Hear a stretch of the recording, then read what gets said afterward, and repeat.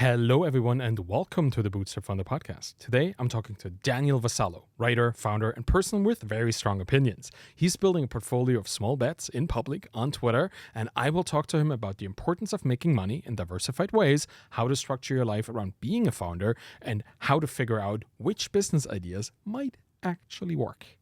Here is Daniel Vassallo. I'm super glad you're here, because I have a couple of questions, dude. You've written a couple tweets over the last couple of days that I would like to talk about, and one of them is our mutual friend Dan Rowden, who runs Illo.so, this Twitter analytics thing. He has started a pricing experiment, I guess, offering lifetime plans, and he talked about it, and you tweeted something at him which I found very interesting and which probably will confuse every single software as a service founder that is listening to this. You said that upfront revenue is more important or bigger than recurring revenue. I would like to know what that means. What were you trying to say, and how contrarian did you want to be with that one? Well, not very much. I think it's important to realize that recurring revenue is just an upfront payment paid in installments. I mean, there's always a lifetime value in all SaaS businesses, right? If the average subscriber stays for 18 months and you're charging $10 a month, right? Basically, the average lifetime value is $180. If you can collect that $180 upfront, it's better objectively. Right now, of course, there are situations where, the cost of running the business, the cost of sales are proportionate to the time. If you're running a hosting service where, it's infeasible, right? And I'm not saying that recurring revenue is bad or it should never be used or whatever. I'm trying to make people reconsider, right, whether they should be considering lifetime deals, whatever you call them, upfront payments, one-time payments, because I think the main advantage is that usually they make the sale easier. I think I look at my own behavior every time I'm about to sign up for a subscription service, even if it's $5 a month, and I can afford $5 a month, right? It's not a big deal, but I'm always reluctant, right? There's this psychological thing, or seemingly irrational thing, that makes me reluctant to add another thing onto my bank statement. This feeling that maybe I won't use it every month and I'm overpaying, and maybe if I want to cancel, I won't be able to find how to cancel, so I forget about it. There's something insidious that I think everyone recognizes subconsciously about subscription, which I think basically you're putting that burden on your customer in the most delicate point when they're about to sign up, right? Where when I observe my own behavior, whenever I need a piece of software and I notice that it's a one-time fee, even if it's a high one-time fee, if it's $200, $300, I'm more likely to impulse buy by knowing, because there's a sense of ownership as well, which I think, again, we undervalue. Of course, you can always say you never really own software. I bought Windows 95 back in 1994, and I don't think I can run it anymore. Right? I paid a lot of money for it. But I felt like I owned Windows 95. I had a CD. I could install it. I bought a new computer. I installed it again, all these kinds of things. And I think with the software that I buy one time, recently, for example, I bought Snapper, the screenshot tool from Tony. You might know him. I don't know, I paid $30 or something like that. I own it. Now I have an icon on my computer. I'm not paying anything. Of course, he's saying, I think in the small print, he's saying that if he may need to do a major update or whatever, it might be a paid update or whatever, I'm completely fine with that. Like Windows 95, when Microsoft released Windows 98, I had the option to pay for it. Right at some point, computers became outdated, and there's probably no computer in the world now that would run Windows 95. Right? But it's okay. So it's not. I think it's true. It's objectively true that upfront, collecting the money upfront is better than getting it in installments, of course. But some people misread it as like I'm against recurring payments. That's not what I want to say. But I want to try to make people reconsider, pause, and make their lives easier. I think for certain software, I think it's a very, very viable option, which I think ILO is a great example. And I think Dan would get a competitive advantage, because I think there's a couple of competitors right in his space that overlap a lot. I think right now they're all recurring in the sort of $20, $30 or higher per month. if he would be able to, pay $120, I don't know, 190, I don't remember his pricing. I think he might get an advantage there. I can see that too. And there's certainly different kinds of software that fit different kind of pricing models, right? You have these things that obviously benefit from a one-time payment, like software, like standalone software. I also bought Snapper. Like I also bought that piece of software for the exact same reason. It's packaged, it's one thing. I don't expect it to grow into like the world's biggest, like platform for screenshots. I just wanted to be able to take screenshots of the things that I have. And for that, it's great. I think for an analytics platform, it's similar because it has a certain kind of purpose. But the risk that I always see, which is why I bring this up, is that people overestimate the amount of money that not overestimate. Well, people overestimate how much money they can make. By forgetting how much expenses they actually have in the future, right down the line, because there's with any kind of upfront payment that is not recurring, at some point, and hopefully far in the future, your customer has used up the amount of money that they paid to you, right? So you have to compensate for that. So where do you draw the line? Where do you think, for a founder that has not yet implemented that kind of particular payment system, like an upfront payment that only has recurring revenue, how would they go about like calculating the price that they should be actually asking for? I have no hard rule, but my only heuristic in general for everything that I've done so far is to slightly err on undercharging. I know this is probably also contrarian advice. Usually the things that we hear on the internet is charge more, you should raise prices, whatever. I'd rather leave some money on the table, get more customers, get more word of mouth, get more reputation, more credibility, more emails in my contact list, my email lists, right? And the way I err on undercharging is by trying to psychologically put myself in the shoes of my customers. I know this is not a perfect heuristic because I'm not like every customer, people with different price purchasing power in other parts of the world, whatever. But I make an assumption that at least there's a decent percentage of people that might behave like me. And I try to put myself, in my shoes. Like if I'm visiting this landing page, right, would I pay $50 for this? Would I pay $50 a month for this? Would I pay 10? And if once I get it, and I do consume the product or start using it, would I feel satisfied with how much I paid? And again, it's hard to do because we have to tap into the subconscious, right? Because it's not something you analyze on a spreadsheet. But it's what I try to do, right? And then I base my both pricing model and the price points as well based on this. And I think it's not a one-way door, right? You can change pricing later, so you can start with something generous, right? At least money on the table. As things start to grow, you can optimize later. You might notice maybe I can charge more for this, right? And improve things. I was watching the Basecamp guys a couple of days ago, had a great discussion about pricing, right? They've always been, very simple, not per seat pricing for Basecamp, and now they're experimenting with a per seat pricing. This is one size with son. They were discussing how after 20 years, right, they're making this radical change, but it's not that daunting because they can always revert it, right? They can always only apply it to new customers. And, these things that seem risky, I would always start with, again, I think the biggest mistake, no, not the biggest, one of the mistakes people do they tend to be too greedy in the beginning, right? In the beginning, I'd rather leave money on the table, but get customers, right? This is another thing that Tony does really well, by the way, of the behind Snapper, right? He released Snapper for free in the beginning, right? I think I got the first copy actually for free, right? I paid him just because I wanted to support him, right? And he basically allowed it to go viral. He got thousands of customers when it was still very crude, basically an MVP, right? And at one point, after a couple of months, he put a buy button, right? But I think it's an amazing strategy, right? It allowed him to understand whether people want it. He got tons of people signing up, got their email address, amazing, right? Yeah, I think particularly now that you mentioned the Basecamp guys, I saw that too. They're building in public. That's pretty much what that was, right? They're communicating their internal things on a public medium on Twitter. Tony is doing the exact same thing. He's building in public, and he has been building in public for a long time now. Not just with Snapper, but also with Blackmagic, his Twitter integration, and all these other tools. And you are building in public too. I mean, sometimes with like snazzy contrarian takes, but often also with a lot of data, a lot of graphs and information on what you're doing, how you're doing certain things.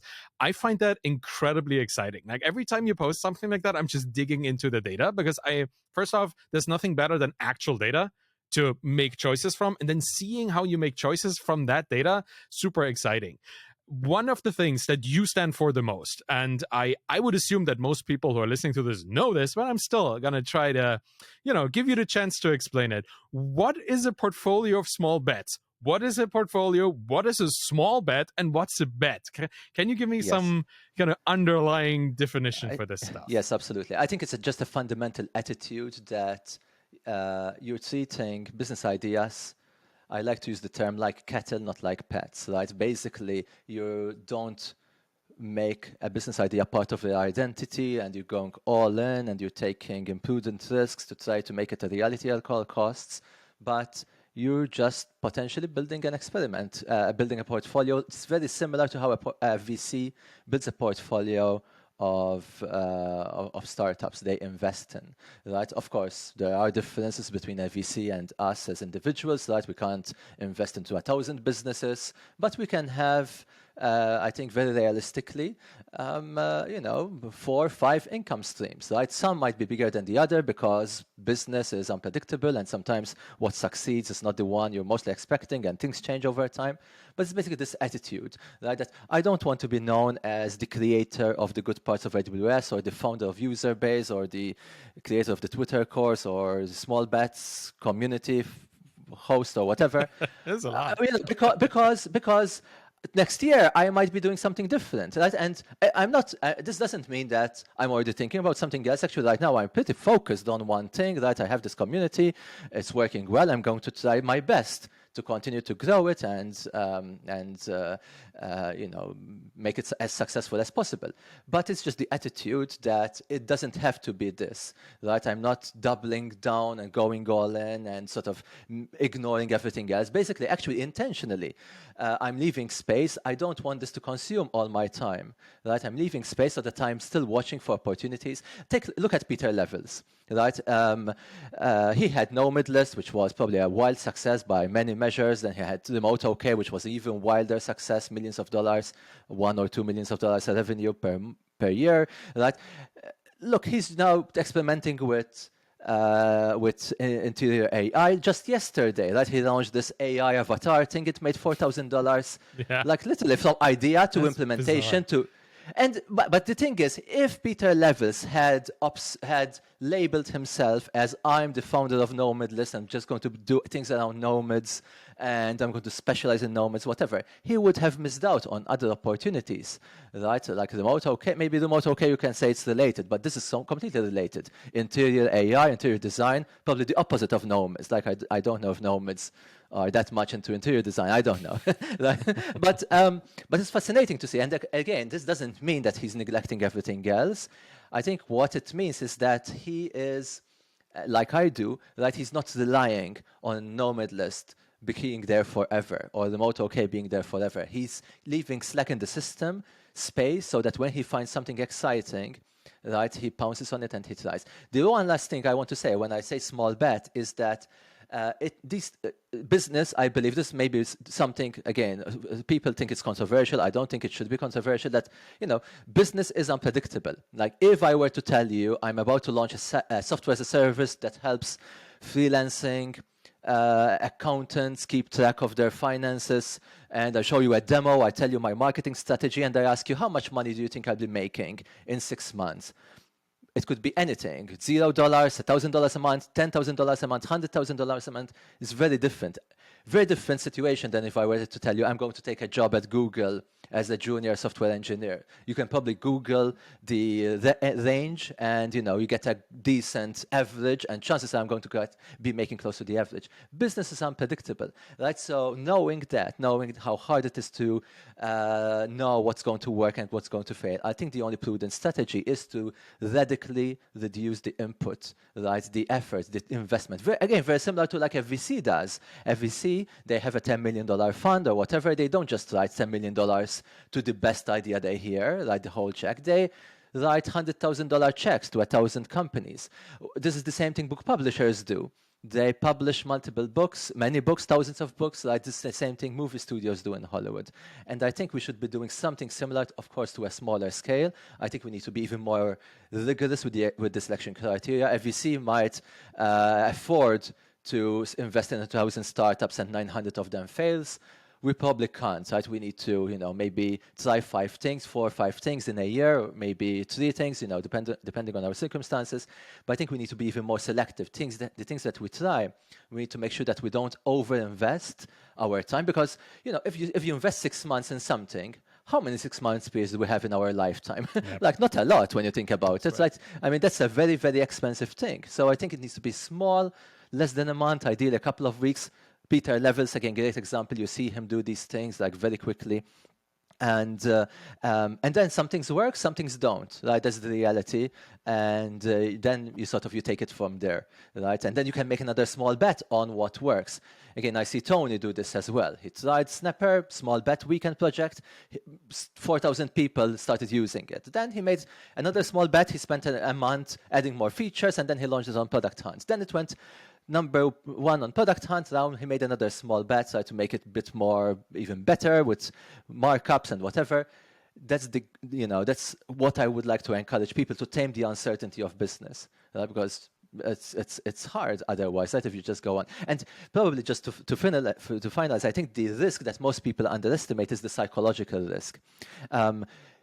I don't know about you, but if I were to spend 6 months working on something and it fails, and maybe I try again, spend 6 months on something and it fails, I'm going to be discouraged, right? No matter how much willpower or runway or savings I have, it's hard, and the psychological cost can be a ruinous, a game over state, right? Then you might, have to go back to a full-time job or something that you don't want to do.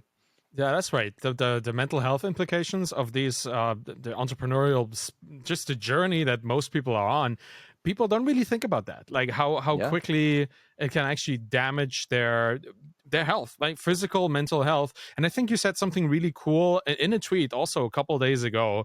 You were, or somebody was talking about the concept that you introduced to them of a good idea is an idea that doesn't break you if it doesn't work out.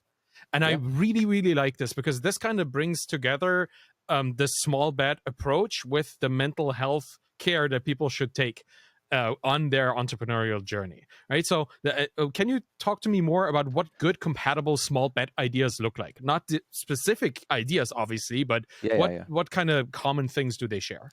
No. I think for me, I have like a selection criteria list almost like in my head that when I bump into an idea and I start to get excited, I start being inspired and see an opportunity, I try to ask myself, can I bring this to market quickly? For me, quickly, in my current situation with 2 kids, limited time, other things going on in my life, quickly, ideally, a week or 2. Like, can I bring this to market in a week or 2?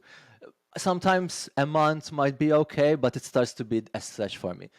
And I think this can change, if you're still very young, you're in your early 20s, you have less commitments, maybe you can afford a little bit more. But again, I think we all have the same 24 hours a day, same average lifetime, roughly, right? So if you start spending 6 months a year, I think it's always a big bet for everyone. Number 2, I like to start with things that I can bring to market on my own. Not because I think I can do everything, but for me, it's almost a litmus test that it's simple enough. I think I like the flexibility that if tomorrow I lose interest or I start feeling that I don't see the opportunity anymore, or I start thinking about something different, I don't want to feel sort of the obligation that there's somebody else with me and I'm letting them down and they're expecting, and sort of I need to manage that. I want to be agile. I like waking up in the morning and just having options in front of me and no obligations. And I think if you start doing something with someone, right, at least in the beginning, that afterwards, like for example, in my small best community now, I have multiple people doing guest classes, like there's sort of some arrangement, and that's okay now, right, because this thing is sort of, there's some momentum, it's going on, but I wouldn't have done that in the beginning. In the beginning, how I started that project was just one cohort course, right, just me delivering it, just 2 weeks, right, that was the limit, right, and then sort of once that became full booked, I tried another one and a few more, and sort of I kept iterating over that. I also like to do things where I like to call them where time is my friend, right? And I dislike opportunities where if the opportunity doesn't pay off before some time, then I have to shut it down. And this is tricky with software as a service, right? And I did this mistake with Userbase, right? With Userbase, I built a software as a service business that requires 24/7 support. Just last night, a couple of nights ago, I got open up at 2 a.m. in the morning. Some AWS, some disk ran out of space. I needed to clean it up. Right, it's annoying, and luckily it rarely happens. Right, with Userbase it's quite simple, and customer support burden is not a big deal. But if it were different, right, I would have been forced to either shut it down or sell it or whatever. But right now, even though it's not making me almost any money, it's basically breaking even. It's just running on its own. Maybe at some point, maybe I will find a buyer, or maybe it will pick up. Who knows? Right, but time is my friend. Basically, I don't wake up in the morning feeling that I'm running against the end of the runway. Every day can only bring good things, right? Because it's free. And information products are an excellent example of this, right? You can never get a negative sale or something. Every morning I wake up and I see a couple of sales. It's just a surprise. It's just a positive surprise. Of course, even info products at some point might become obsolete. Maybe I have a technical book. Maybe at some point I might need to put it off the market, but it's still not an obligation. Either I update it, right, or I remove it. So more or less, right, those are some of the things. Another one might be, and this is, I think, very conventional advice. That is like, I avoid doing things that don't already sell, right? I try to not be too novel, right? I try to go with the flow. Justin Jackson, is it Jackson, like the transistor guy? What's his name? Yeah, Justin Jackson. Right. Justin talks about this a lot, right? Sort of, do not try to be too novel, right? I like to look at what is money exchanging hands today? Are people buying self-published books, right? And in 2012, before Gumroad and before sort of the creator economy started, there was nobody almost, right, making self-published books or buying self-published books. I had never bought self-published books. Now it's changed. Now it's different. Now I think my Gumroad library is bigger than my Kindle library. Right? I buy more self-published books than traditionally published books. And I think this is important information. Right? I wouldn't self-publish in 2012, but I would now. And there's many other sort of things happening as well. I wouldn't call them trends, because trends, to me, implies the future, where things are going. I think it's basically looking at the present, like right now, what is exchanging hands, right? And I try to stick to things that are already working. Right? Otherwise, I think I'd be stacking the odds against me, and that makes things harder. Yeah, that makes sense. And it's kind of validation, right? As far as you can validate anything, which was also something that you recently said. Like, you don't believe in validation, you believe in hints that something might be working, right? I think this is a semantic argument, but I think it's an important semantic argument, because the term validation should be used in mathematics and logic and whatever, things that have certainties and uncertainties. Business has none of that. Business has likelihoods and unlikelihoods, probabilities, or higher odds or lower odds. And I think if the way people use the term validation is as if something went from a state of non-validated to validated, a binary thing. There's a rubber stamp of validated. And I think even if you're careful with it, I think if you start thinking of it like that, you start fooling yourself. That with Userbase, I made this huge mistake, right? Where I overinvested. I lost a lot of money out of my own savings, where I started building in public. I started getting the traditional validation signals. I had a waiting list with over 4,000 emails. I had endorsements from highly influential people. The CEO of Netlify and Vercel publicly endorsed me and they tweeted me. I launched and I was number one on Product Hunt, front page on Hacker News for a whole day. Even launch day in terms of revenue was good, right? I made a few $1,000s in sales. You might say this is a validated business, and that's what I thought. I hired an employee, I should be spending more. And then it turned out that, things were harder than they seemed, right? I mean, to convert people from the free trials to paid, right? And the people were expecting more and more competitors emerged. And, I'm almost ashamed to say, I spent almost $150,000 out of my own savings in that business that is only making about $10,000 a year in revenue, not a month, right? A year. Like, I will almost certainly never recover that. I mean, that's a mistake, right? Nobody should be doing like that. And I think what fooled me was the thinking in terms of validation. I thought this was a validated business. The demos that I was releasing before it was released, lots of usage, lots of people, lots of enthusiasm. And it just, so I think, again, we should eliminate the term because I think it's insidious. Right? You can never validate a poker hand, right? If you're playing poker, you might think you have a strong hand, or a weak hand, or something in between, right? High strength, medium strength, but it's never validated because you never know what's on the other people's hands or on the table or sort of in the deck or whatever. And business is way more complex because poker is just 52 cards. There's limited odds. You can interior calculate the odds. Business and the real world is just way more complex, million variables that you don't really know what's going to happen. So it's just a semantic argument. I know that people, if you dig deeper, they agree that it's just signals. But I think it's important to be rigorous with how we think. Think of signals. Think of hints. Yes, this is a hint that there's something, some demand here. There's a hint that I might be able to fulfill that demand, right? There's a hint that this price is appropriate, whatever, right? But I wouldn't think of certainties and use the term validation. Yeah, it's definitely not binary. And since you were talking about this as like almost a philosophical concept, right? The idea that you could even validate anything. I mean, in social sciences, there's a Karl Popper's argument that you can only falsify any theory, right? And we should do I that would actually say, yes, you can invalidate. Like, for example, if I'm trying to market a product for free and I'm struggling to make people use it while it's free, I think it's almost certain. You can probably say it's certain that I can't monetize it. Or very Popper-like, you can invalidate a business, right? But you can't really validate it, right? So I think there are basically certain evidence, right, that will tell you that there's no chance. Like if I can't get people to come to my landing page, right, because you're guaranteed that if nobody knows about your business, you could have the best product in the world, right? And it's guaranteed failure. So yeah, but if you build it, they will come. Isn't that how that works? No, absolutely not. I think that's very important, and I think your approach of the statistics, like the statistical approach, like this thing might or might not work out, and then adding strength in numbers, right? Having multiple experiments at the same time, that gives particularly solopreneurs or bootstrap founders, people who use their own money to build a business instead of having somebody else's money to, play around with. That gives them some more fundamental footing to at least have a higher chance at reaching some kind of profitability. So if you need to have multiple experiments going on, how many is enough and how many is too many? Because I would assume that some people that you're currently working with in your community probably are trying a bit too much or a bit too little in terms of diversification. What's a good approach to like spreading out your experiments there? I don't have a hard number.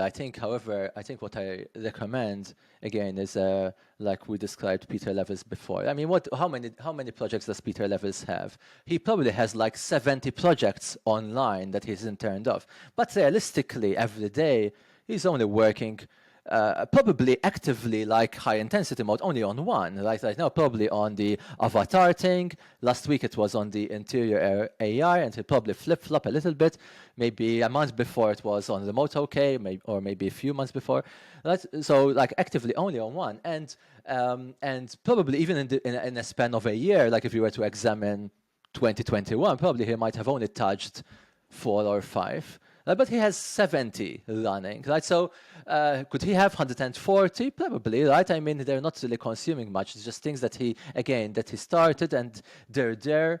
They might bring something, they might not, right? And it depends. So I think rather than thinking in terms of should it be 5, should it be 10, should it be 100, I think what I'd like to do is like take the attitude that make sure that whatever you do not sign up for so much work that you become completely busy.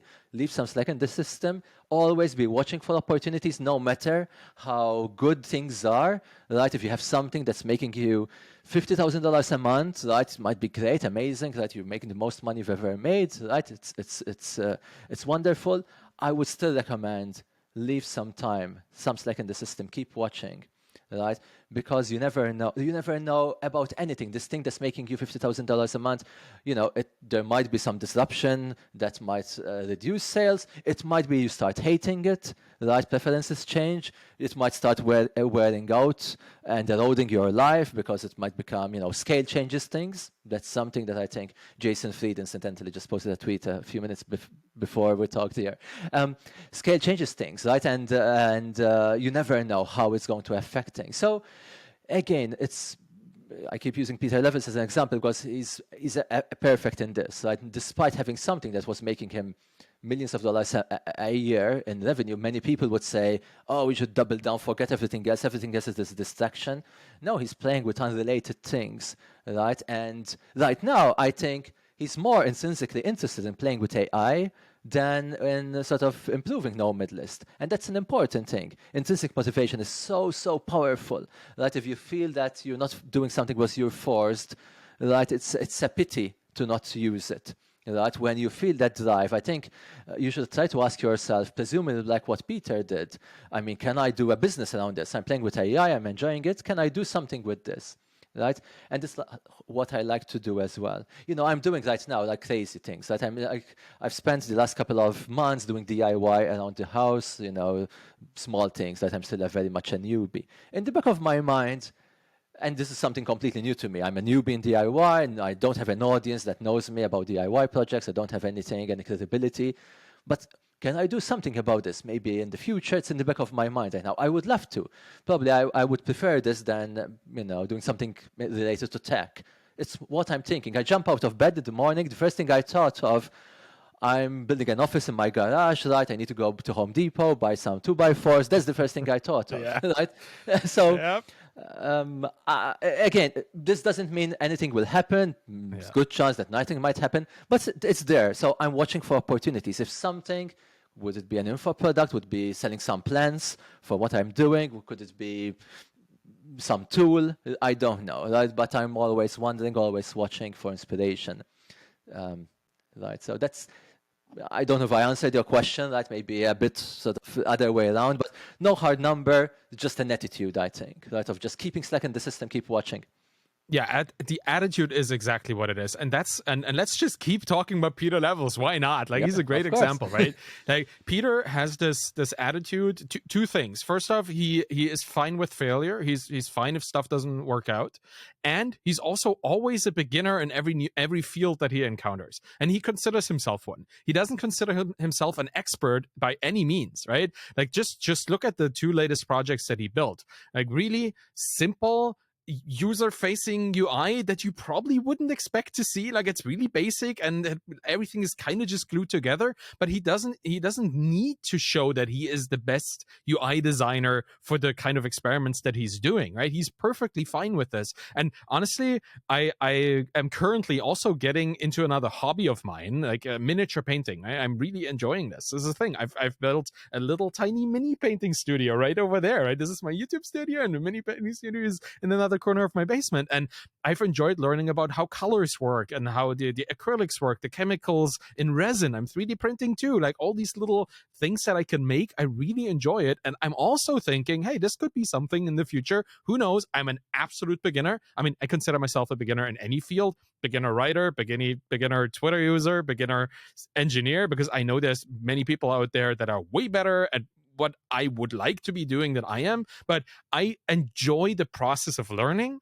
And by sharing this, by teaching, I also get to share this with other people that may or may not find value in it so much that they pay me for it. Right. And that's what Peter is doing too. He's learning AI, and he's just like using tiny prototype products to see if what he's learning can be monetized. What a mindset, right? Like that's such a wonderful thing. How do you get to such a mindset, particularly when you come from an employment level kind of do what you're told and don't overextend? How do you No, change to yeah, that? yeah, yeah. I think it's important to think of.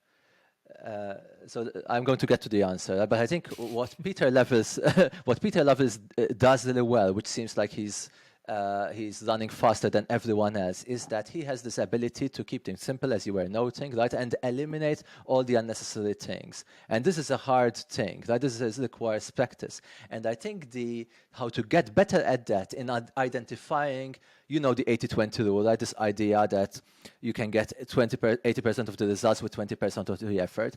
But it's hard. Like, how do you determine what is the right 20% to focus on?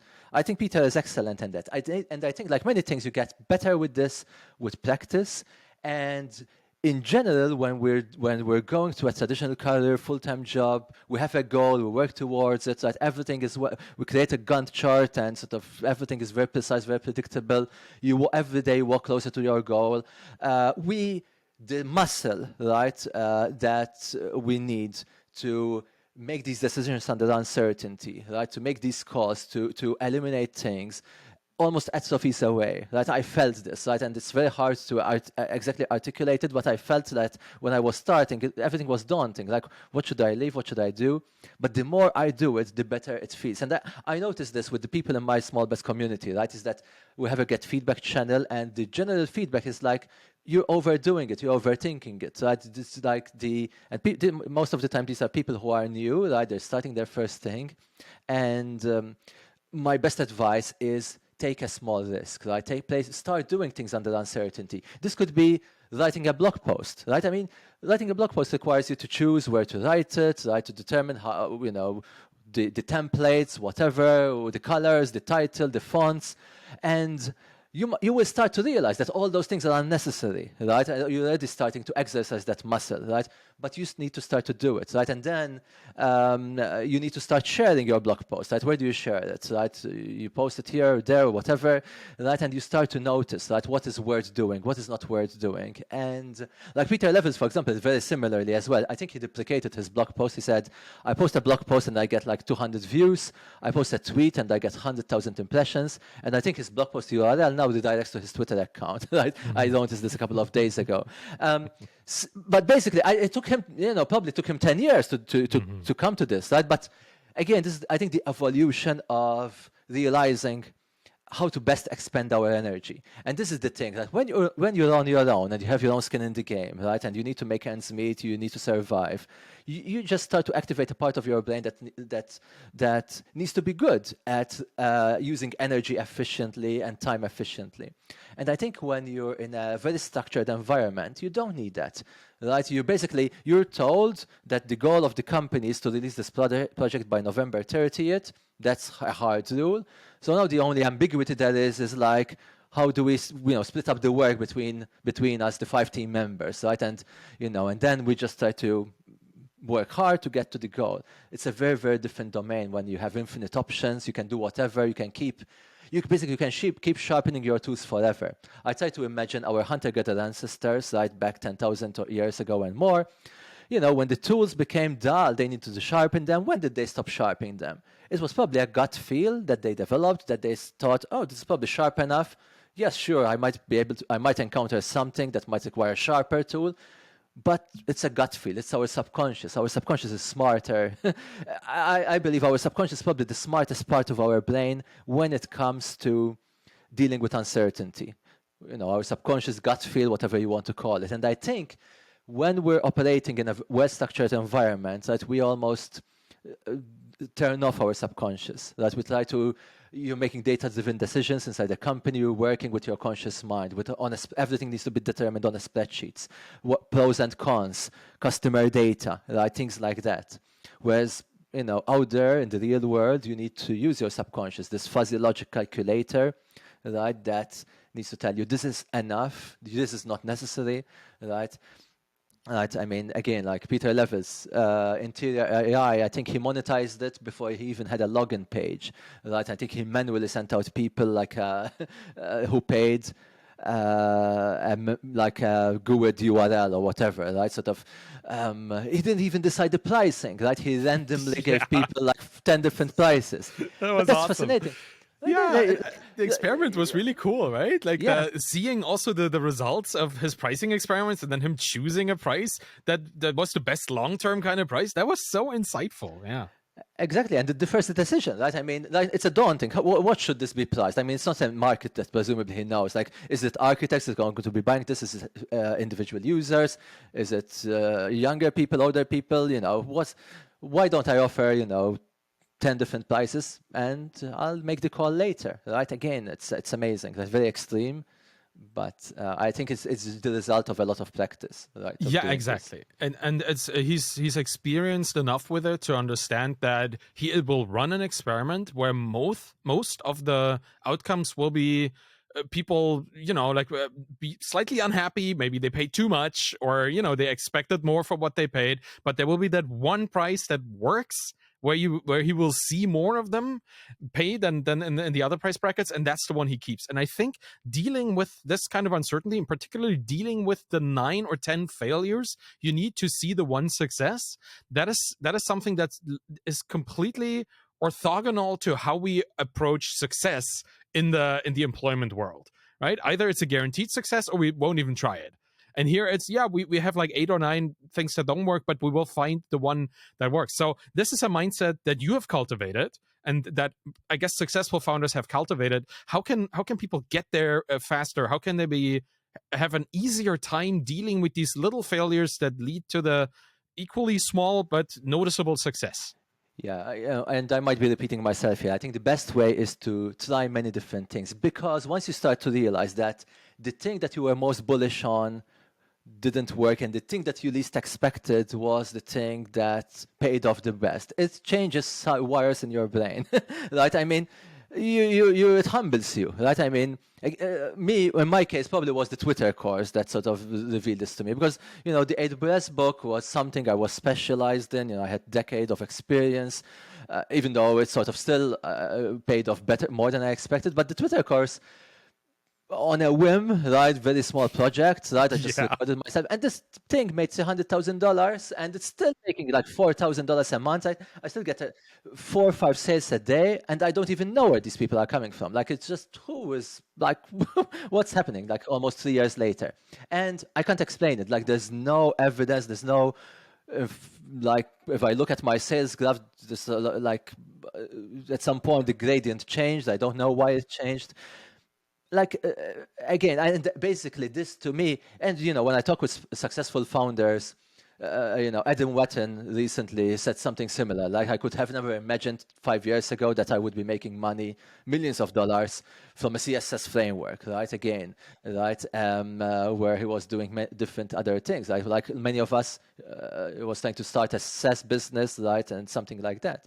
And I am, again, to bring the analogy with VCs, I think it's similar as well with VCs. VCs might be bullish on crypto, Web 3.0, Clubhouse, whatever, and investing a lot. And then the thing that succeeds is some random, thing that nobody ever expected, right? And I think the good VCs understand this, even though they try to be bullish because they try to hype things up, whatever. They still know VC will say, I'm going to liquidate all my investments and go all in into you. Right? No matter how bullish they were in Clubhouse, nobody just went all in, right? They might have written a check that was a bit bigger than usual, twice as big, 5 times as big, but they were still very, very diversified. Because they know, right? They know that the things that they paid off in the past were things that they barely looked at. By the way, I've seen this at Amazon, right? I mean, Jeff Bezos, you could say, cultivated a portfolio of small bets, of course, at his scale. AWS itself is a portfolio of, I think there's probably now 200 plus products, right? And I can't reveal the numbers, right? Bound by my NDA, but I can tell you, right? That is basically, there's 5 making money, bunch of them breaking even, and a bunch of them losing money. And the ones that are making money were the ones that nobody knew. Like this very simple thing, really, right? And same thing with Amazon in general, right? Bezos tried many things, the phone that failed, the auctions that failed, lots of drones, things that went nowhere. And then Alexa or whatever ended up sort of blowing up, right? Which there was already competition and whatever, it wasn't their strong thing, right? And again, it just shows you the role of randomness in business, which doesn't mean business is all random. Again, this is what people misinterpret me. I'm not saying business is all random, or that skill is not important, or that the market fit is not important, whatever. But there's a role of randomness, being at the right place, right time, that is significant, right? And you can't underestimate it. And the best way to tame it, again, is to the same way we deal with risks and uncertainty in financial. We would diversify, right? I mean, we might think Apple is a great company. I wouldn't want to invest all my life savings in Apple. Why? Not because it will go to zero, but because some law in China might change tomorrow and suddenly the revenues drop by 50% and then everything, snowballs. Who knows, right? I mean, these things happen all the time. And the way we tame that uncertainty is by not going all in into Apple, diversify into an index fund, or even better, between different economies or countries or whatever, and things like that. Yeah, it's like what you've been doing with your own portfolio, right? It's very diversified. I love your many info products, and now you have a community going. What I do wonder, because again, Pieter Levels, he posted a couple weeks or months ago a list of all the products he has ever done. And all the products that made some money was like 4 or 5 of them, and that was like 80 products that did not. That is a pretty interesting ratio. How is your ratio? Did you ever calculate that at this point? Yeah, I think I have a somewhat better ratio. I think, to be honest, Peter is being but Peter is being too harsh on himself, right? I think in that list, like, he had the Make book, which he considered like in the failure path, but it made him like $200,000, right? But to him, it's not growing anymore. I think that's only 4 are still making money now. That's what he said, right? And I think even in his case, his ratio is decent. My ratio, I think, is around 50% roughly. Right? I had a tweet recently where I had like a cumulative sales of every product, and sort of there was like three products at the bottom, like 3 products still growing. I think if you search for me and 300K, you might be able to find it, but. Yeah, that's right. Yeah, I like this. Yeah, your days on market versus revenue graph. Yeah, I really enjoy. I'm gonna put it in the show notes. This graph has that was inspirational to me too, particularly seeing how your small bets product, which is to me a mix between a course and a community, a cohort course really, but it goes beyond that, right? You empower people like on a long-term basis. How successful this has been, and it seems to me.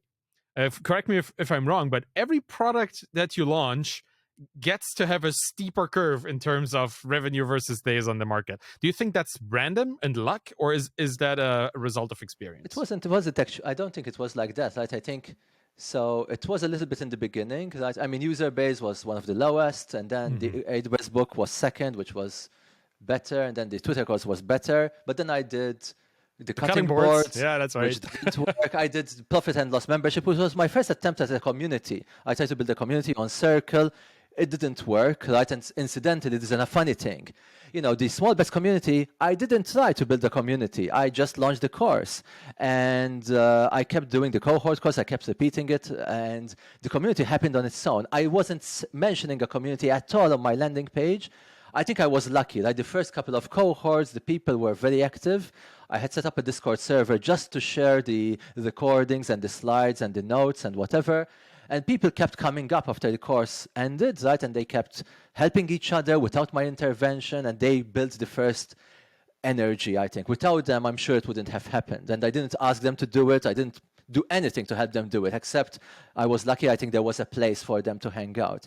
And then as people continued to join, people started telling me, I signed up for the course, but I'm staying for the community. I'm enjoying the community more. And people were actually telling me, you should probably start mentioning the community in your landing page. And then I made another small bet. Right? I made a marketing reposition. I started selling the community instead of the course. Now I'm selling it. Join the small bets community, and the course is free, right? And I almost changed nothing. I still am doing the course every month, right? But instead of people signing up for cohort 11 and they have a fixed date, they join the community and they can take the course whenever they want, as many times as they want. It's just there. They can join and whatever. And it worked. I think it improved my conversion rates better because it changed what I'm selling. I think it tapped a little bit into fear of missing out. A course, yeah, it's a course, education, knowledge, but a community, more people, I think, want to be part of something, right? And I think it helped me tap again into a pool of customers that um, that probably I wouldn't have been able to reach. And then I did another small experiment. I started inviting guest speakers, right? This was another financial investment. These are people I'm paying, right? I already spent over $25,000. I'm going to spend twice as that now, sponsoring some recorded classes as well, like helping people record courses will make them free for the community, and then the course creators can sell them on their own as well, right? And so even though now it seems like I'm making bigger bets, it's not really that much. I mean, still, to me, like when I started inviting guest classes, I said, okay, let's start an experiment with $5,000. I do 5 guest classes. Let's see how it goes. Will people show up? Will people like it? It was still, to me, again, I like you mentioned in my tweet, if I were to lose $5,000, will I lose sleep at night? No, right? I mean, this product already made a lot, right? Of course, I don't want to lose them, right? But I would still be somewhat disappointed, right? You can never eliminate disappointment completely, but it wouldn't affect me in any material way. And same thing now, right? Sort of, I'm still placing small bets on the community. I'm still trying to make it succeed as much as possible. I'm just not relying on it, right? I'm just aware that this thing next year might not make me as much money or any money at all, or in a couple of years, right? It's just the reality. Everything has an end date, right, at some point. Well, I love the fact that you're always keeping your eyes open for potential ways of improving this and improving the portfolio through it, right? Yeah. That's kind of what I see with this. I followed that. I followed your profit and loss. I found that very interesting because it gave people a very interesting insight into somebody trying to diversify their portfolio with a product that then diversified that portfolio. I love recursion. That's just the funniest thing. I just really enjoyed that. Yeah. And then seeing you taking the approach, but not the product, and turning that approach into another product and changing that over time. Super exciting. And I think highly inspirational. And that kind of inspiration, first off, thank you for sharing this, like, because it's not everybody builds in public the way you do. Because I know that you also use your public presence, obviously now with 135,000 followers. That's significant, right? That's a lot of people. But and obviously anything you do has a built-in audience. But then sharing your learnings and decisions along the way for other people to reach similar success in their own things just is a wonderful thing. So thank you for that. Always been a big fan, and I know it takes time and it takes not just work, but also bravery in some way to talk about the things that do not work and that you're kind of doubtful about. So particularly in front of an audience of a couple 100,000 people, that is substantial. I just want you to know that I find it inspirational, that many people find it inspirational. And that brings me to the last thing I kind of wanted to talk to you about, because we're hitting time almost. And you said that recently, like all the things that we talked about today, you said that recently, but I find that great that you find inspiration in scrolling Twitter for a while every morning. That is something that goes so much against what most people think social media is. Like, for most people, it's distraction, it's like doom scroll, and you said that that's where you get new ideas and new inspiration. As the final thing, can you say something about that and how people can use this interesting, let's just call Twitter an interesting platform to create and to monetize? Yeah, absolutely. This is another realization that I think occurred to me over the last couple of years, is that I used to think, like many people do, that ideas come in the shower, right? Or you go for a long walk and you sort of come back with an eureka moment and you have a good idea. And, of course, taking a long walk and thinking about something sometimes might help you optimize something, improve something, maybe think of a better name for your product or whatever. But usually, I think almost always, good opportunities happen when you embrace randomness. You need some inspiration from the outside. And I'm going to tie it also back to the VC, movie studios, book publishers things. Like the publisher who published Harry Potter, right? It wasn't the executives who sat down in a boardroom and decided, oh, we're going to write this whimsical story about our 10-year-old wizard who's going to do this. No, they just opened their inbox, they let random things come to them. J.K. Rowling showed up one day and they just decided, this might be interesting, let's give it a shot. Same thing with VCs, right? Look at Y Combinator, they do the American Idol-like audition day, right? People come, pitch for 10 minutes, and they just say yes or no, right? It wasn't the VCs who thought about Dropbox or Airbnb or whatever, or Twitter or Facebook or everything. Random things came to them. And I think we need something like this, right? And if I reflect on everything that I've done, right, I can literally find the tweet that inspired me to do it, right? And sometimes it's something seemingly unrelated, right? But it opens my eyes to a new way of doing things. And then it's like a catalyst, right? And then I start thinking, what if I do something similar in my own domain? That I remember like the Twitter course, because I have never recorded myself on video before, ever. Like, and I know I'm an introvert, it's not something that comes natural to me. And I had this impression that recording yourself on video was an extremely daunting thing, editing, recording, techniques, time, interest that I didn't have. Once I was scrolling Twitter, a tweet showed up from a person who I didn't follow, even was retweeted by somebody. It was a course on Gumroad about flipping pellets, it's called. Right? It's basically this business side hustle thing where you buy returned goods from Amazon and Walmart and whatever, and you go to eBay and try to sell them. And this was $25. I was about to go for lunch, and I bought it just on a whim because I was curious. I wanted to see what this is. And what blew my mind was the presentation, not the content. Or the content, I learned something. I doubt I'm going to use it. But this lady here who created this course just took her iPhone, started driving, went to the car park, literally first-person mode, went to the warehouse. And she's just explaining how she picks the pellets, which pellets are worth it, how she breaks the pellet to fit it in the car, mundane things like this. But it made it approachable. It made it feel like, to me, if I wanted to start getting into this pellet flipping business, I know what I do. And it seemed like it was completely no effort for her. She didn't do any editing, any recording, like vertical mode, literally just iPhone.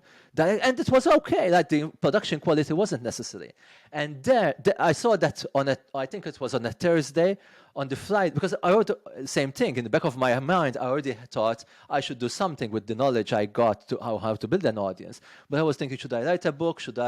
What should I do? As books felt daunting for something so visual. And this was a light bulb moment. I know what I need to do. I'm just going to create a Zoom meeting with myself, share my screen, press record, and I'm just going to talk brain dump of what I do, what I tweet about, what I don't tweet about, how I set my profile, blah, blah, blah. And I targeted an hour. It took a bit longer. I didn't edit it. I didn't speed it up. I didn't cut anything. Upload to Gumroad. And again, like, if I didn't bump into that random tweet on that day from a person who I don't even follow, I would have missed out very likely on a $300,000 payoff. Probably it opened even more doors. And this is just one example. Everything else that I've been doing, that it was something random, right? And I think I'm not recommending everyone should be using Twitter, but everyone should find something that is an inspiration generator.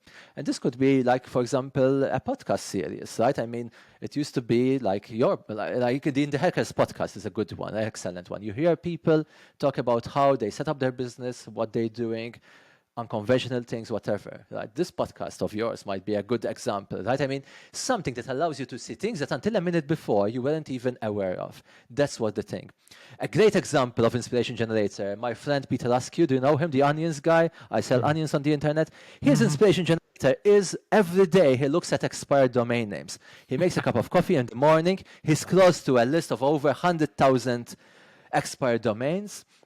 And it's fascinating. Every business he started, it wasn't an idea in the shower. He saw the domain, he it sparks something in him, speaks to him. That's using his own words. He bids. Sometimes he doesn't win it, but once he wins it, then he tries to develop it. It's super, super fascinating, very randomness driven, embracing randomness. Right? And again, he's diversified. He's selling onions. He has job listing sites, birthday party services. So he tried SAS, which he sold later. Right? Lots of different things, and he changes over time. Right? As well, he sells things. Right? It's super fascinating person. Again, excellent. He's been doing the portfolio business for over a decade, and I think his special thing is like his own unique inspiration generator. And again, I'm not saying everyone should do the same thing. That's what's important for people to not just believe that they're just going to brainstorm an idea or an opportunity. I think we should be embracing randomness every day, bumping into random things as much as possible.